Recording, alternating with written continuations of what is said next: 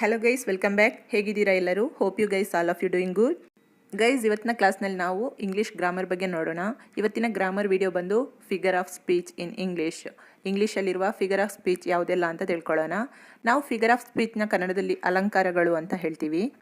So video start ಮಾಡೋದಕ್ಕಿಂತ ಮೊದಲು ನೀವಿನ್ನೂ ನನ್ನ ಚಾನಲ್ಗೆ ಸಬ್ಸ್ಕ್ರೈಬ್ ಮಾಡ್ಕೊಂಡಿಲ್ಲ ಅಂದರೆ ಪ್ಲೀಸ್ ಸಬ್ಸ್ಕ್ರೈಬ್ ಮಾಡ್ಕೊಳ್ಳಿ. ಹಾಗೆ ಪಕ್ಕದಲ್ಲಿರುವ ಬೆಲ್ ಐಕನ್ ಕ್ಲಿಕ್ ಮಾಡಿ. ನಾನು ವಿಡಿಯೋ ಅಪ್ಲೋಡ್ ಮಾಡಿದಾಗೆಲ್ಲ ನಿಮಗೆ ನೋಟಿಫಿಕೇಶನ್ ಬರುತ್ತೆ. Let's go to the video. Guys, ಇಂಗ್ಲೀಷಲ್ಲಿ ಹಲವಾರು ಫಿಗರ್ಸ್ ಆಫ್ ಸ್ಪೀಚ್ ಇದೆ. ನಾವು ಇದರಲ್ಲಿ ಮೇಯ್ನ್ ಆಗಿರುವಂತಹ 7 ಫಿಗರ್ಸ್ ಆಫ್ ಸ್ಪೀಚ್ನ ನೋಡ್ಕೊಳ್ಳೋಣ. ಇವತ್ತಿನ ಕ್ಲಾಸ್ನಲ್ಲಿ ನಾವು ನೋಡ್ತಾ ಇರೋದು ಮೊದಲನೇದು simile, metaphor, personification, hyperbole, apostrophe, oxymoron, onomatopoeia. The first one is simile. ನಾವು ಕನ್ನಡದಲ್ಲಿ ಅದನ್ನು ಉಪಮಾಲಂಕಾರ ಅಂತ ಹೇಳ್ತೀವಿ. ಇಂಗ್ಲೀಷಲ್ಲಿ ಸಿಮಿಲೆ ಅಂದರೆ ಎರಡು ಬೇರೆ ಬೇರೆ ಥಿಂಗ್ಸ್ಗಳನ್ನು ಅಥವಾ ಎರಡು ಬೇರೆ ಬೇರೆ ವಿಷಯಗಳನ್ನು ಆ್ಯಸ್, ಸೋ, ಲೈಕ್ ಈ ರೀತಿಯ ವರ್ಡ್ಗಳನ್ನು ಬಳಸ್ಕೊಂಡು ಕಂಪೇರ್ ಮಾಡುವಂಥದ್ದು. ಅದರ ಡೆಫಿನೇಷನ್ ಬಂದು simile is a figure of speech which compares two different things using the words as, so, like.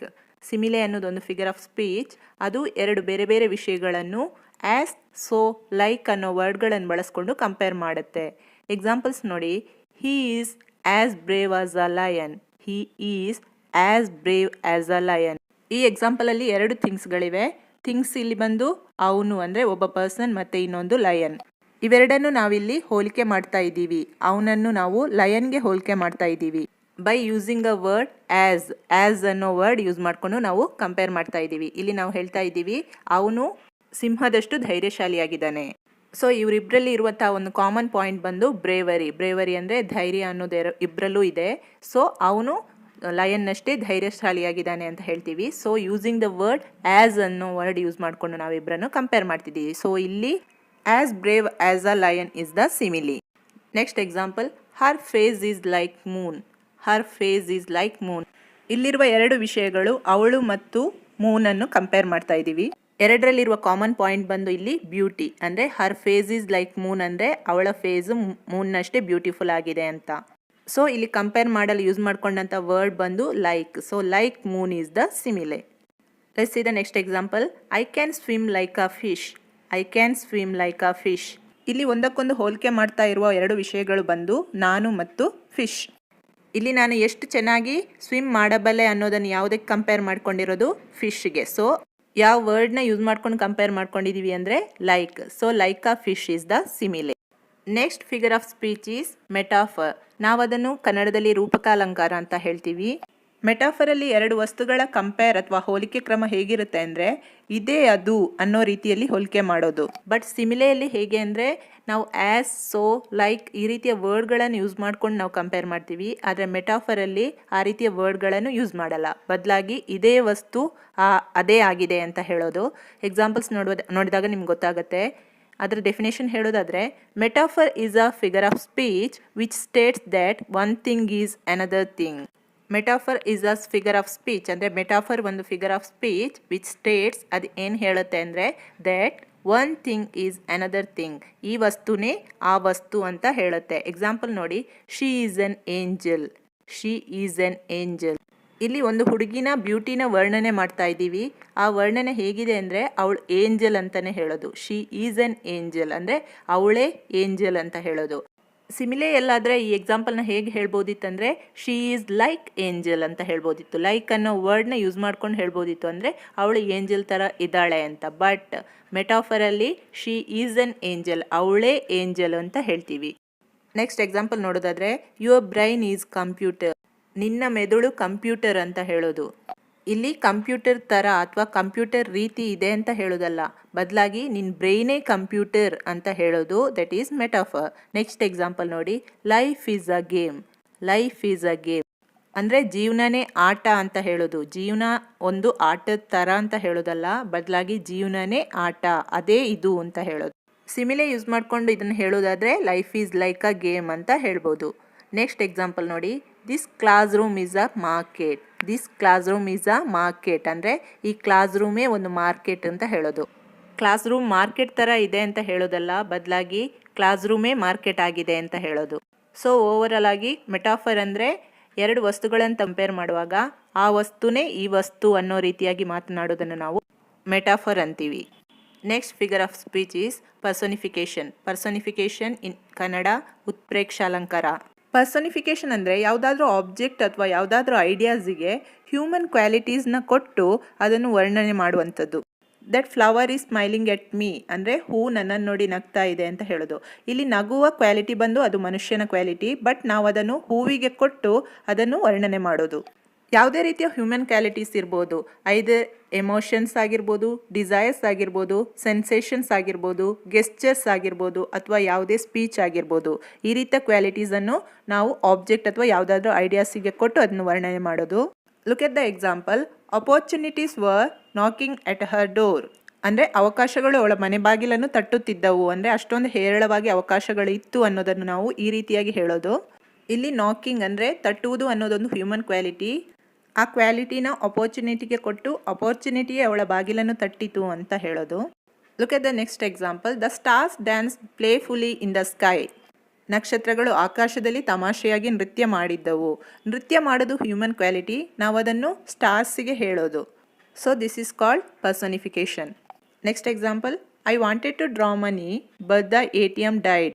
ನಾನು ಮನಿ ಡ್ರಾ ಮಾಡಬೇಕಿತ್ತು, ಆದರೆ ATM ಸತ್ತೋಗಿತ್ತು. ಸತ್ತೋಗೋದು ಅನ್ನೋದು ಹ್ಯೂಮನ್ ಕ್ವಾಲಿಟಿ ಅಲ್ಲ, ಬಟ್ ನಾವೊಂದು ಮೆಷಿನಿಗೆ ಅದನ್ನು ಹೇಳುವಂಥದ್ದು. ಒನ್ ಮೋರ್ ಎಕ್ಸಾಂಪಲ್ ನೋಡಿ. The sun kissed my cheeks when I went outside. ನಾನು ಹೊರಗಡೆ ಹೋದಾಗ ಸೂರ್ಯ ನನ್ನ ಕೆನ್ನೆಗೆ ಮುತ್ತಿಟ್ಟಿತು. Next type of figure of speech is hyperbole, ಅಂದರೆ ಅತಿಶಯೋಕ್ತಿ ಮಾಡಿ ಮಾತಾಡುವಂಥದ್ದು. ಹೈಪರ್ಬೋಲೆ ಅಂದರೆ ಒಂದು ಮಿತಿಮೀರಿದ ಅತಿಯಾದ ಸ್ಟೇಟ್ಮೆಂಟ್ ಮೂಲಕ ಓವರಾಗಿ ರಿಯಾಕ್ಟ್ ಮಾಡೋದು ಅಥವಾ ಓವರಾಗಿ ಭಾವನೆನ ಹೊರಹಾಕುವಂಥದ್ದು. ಡೆಫಿನೇಷನ್ ನೋಡಿ. Hyperbola is a figure of speech which uses an exaggerated or overstated, ಅಂದರೆ ಅತಿಯಾದ ಅಂತ ಅರ್ಥ, ಎಕ್ಸಾಗ್ರೇಟೆಡ್ ಅಥವಾ ಓವರ್ ಸ್ಟೇಟೆಡ್ ಅಂದರೆ ಮಿತಿಮೀರಿದ ಅಂತ ಅರ್ಥ, statement to create a strong emotional response. To get the example. Her brain is the size of a ಪೀ.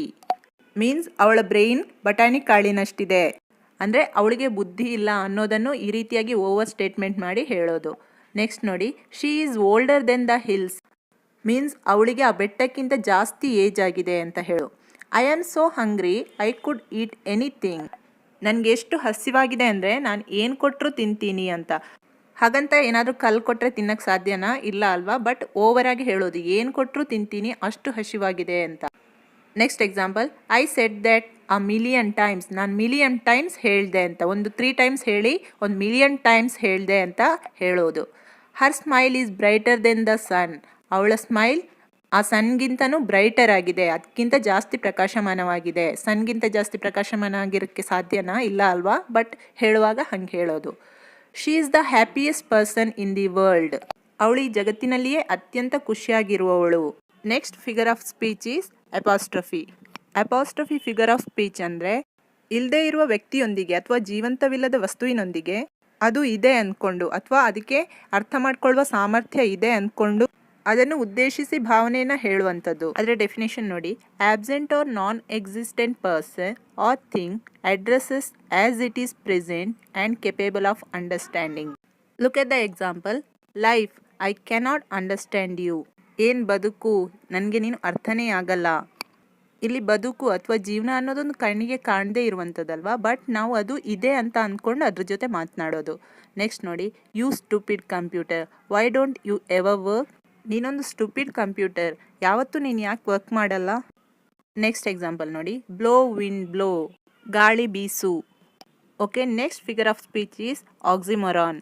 ಆಕ್ಸಿಮೊರಾನ್ ಅಂದರೆ 2 ವಿರುದ್ಧಾರ್ಥಕ ಪದಗಳು ಒಂದೇ ಸ್ಟೇಟ್ಮೆಂಟಲ್ಲಿ ಕಂಬೈನ್ ಆಗಿರೋದು. 2 ವಿರುದ್ಧಾರ್ಥಕ ಪದಗಳಲ್ಲಿ ಒಂದು ವರ್ಡ್ ಒಂದು ಅರ್ಥ ಕೊಟ್ಟರೆ ಇನ್ನೊಂದು ವರ್ಡ್ ಇನ್ನೊಂದು ರೀತಿಯಾದ ಅರ್ಥನೇ ಕೊಡುತ್ತೆ. Look at the example. We had a friendly fight. ಈ ವಾಕ್ಯದಲ್ಲಿ ಫ್ರೆಂಡ್ಲಿ ಆ್ಯಂಡ್ ಫೈಟ್ ಎರಡೂ ಒಪೋಸಿಟ್ ವರ್ಡ್ಸ್. ಫ್ರೆಂಡ್ಲಿ ಫೈಟ್ ಆಗಲ್ಲ, ಫೈಟ್ ಫ್ರೆಂಡ್ಲಿ ಆಗಲ್ಲ. ಬಟ್ ಆಕ್ಸಿಮೊರಾನಲ್ಲಿ ಈ ರೀತಿಯ ವರ್ಡ್ಸ್ನ ಒಂದೇ ಸೆಂಟೆನ್ಸಲ್ಲಿ ಯೂಸ್ ಮಾಡೋದು. There is always a small crowd in front of the grocery store. ಇದರರ್ಥ ಆ ಗ್ರಾಸರಿ ಶಾಪ್ ಎದುರು ಯಾವಾಗಲೂ ಚಿಕ್ಕ ಗುಂಪು ಇರುತ್ತೆ. ಕ್ರೌಡ್ ಅಂದರೆ ಒಂದು ಗುಂಪು ಅಂತ ಅರ್ಥ. ಗುಂಪು ಅಂದರೆ ಅಲ್ಲಿ ತುಂಬ ಜನ ಸೇರಿದಾಗ ಮಾತ್ರ ನಾವು ಕ್ರೌಡ್ ಅಂತ ಹೇಳ್ತೀವಿ. ಇಲ್ಲಿ ಸ್ಮಾಲ್ ಆ್ಯಂಡ್ ಕ್ರೌಡ್ ಯೂಸ್ ಮಾಡಿದ್ದೀವಿ. ಕ್ರೌಡ್ ಅಂದರೆ ಯಾವಾಗಲೂ ಬಿಗ್ ಅಂತಲೇ ಅರ್ಥ, ಅಂದರೆ ಹೆಚ್ಚು ಜನ ಇರೋದೇ crowd. Small cannot be crowd and crowd cannot be small, but we use these words in oxymoron. It is an open secret. Secret is always closed ಅಲ್ವಾ. ಓಪನ್ ಸೀಕ್ರೆಟ್ ಹೇಗಾಗೋದು. Next. All the politicians agreed to disagree. ಇಲ್ಲಿ ಎರಡು words agree and disagree are opposite words, but ಆಕ್ಸಿಮೋರನಲ್ಲಿ ಈ ರೀತಿಯಾಗಿ combine ಮಾಡಿ ಹೇಳೋದು. The last figure of speech is onomatopoeia. Onomatopoeia ಅಂದರೆ ಯಾವುದಾದ್ರೂ ಪ್ರಾಣಿಯ ಅಥವಾ ಯಾವುದಾದ್ರೂ ವಸ್ತುವಿನ ನ್ಯಾಚುರಲ್ ಸೌಂಡ್. ಎಕ್ಸಾಂಪಲ್ ನೋಡಿ, ದ ಕಾರ್ ಹಾರ್ನ್ ಬೀಪ್. ಇಲ್ಲಿ ಬೀಪ್ ಮೀನ್ಸ್ ಆ ಹಾರ್ನಿದು ನ್ಯಾಚುರಲ್ ಸೌಂಡೇ ಬೀಪ್ ಅಂತ. Next example, the buzzing bee flew away. ಜೇನುನೊಣ ಹಾರಿ ಹೋಯಿತು ಅಂತ ಹೇಳೋದನ್ನು ದ ಬಜ್ಜಿಂಗ್ ಬೀ ಫ್ಲೇವ್ ಅವೇ ಅಂತ ಹೇಳೋದು. ಅದು ಬಜ್ ಅಂತ ಹಾರಿ ಹೋಗುತ್ತಲ್ಲ, ಅದನ್ನು ಆ ಸೌಂಡ್ ಮೂಲಕನೇ ಅದನ್ನು ಹೇಳೋದು, ಬಜ್ ಅನ್ನೋ ಜೇನುನೊಣ ಹಾರಿ ಹೋಯಿತು.